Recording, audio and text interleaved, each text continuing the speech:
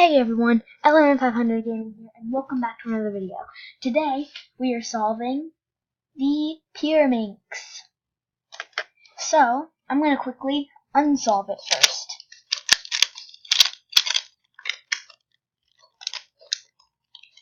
I'm going to randomize all of these. I think that looks pretty good.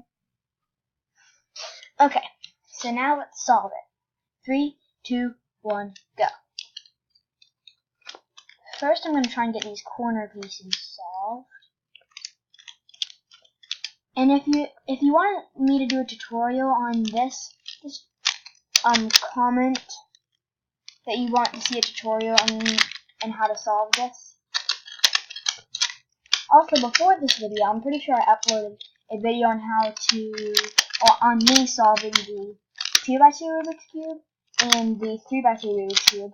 And if you want to see me doing tutorials for that, I can also do it for that.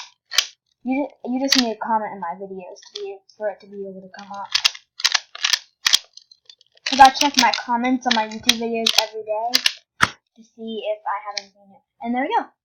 We solved it. So I hope you guys enjoyed this video. Please be sure to like, comment, subscribe, and turn on notifications. And bye guys!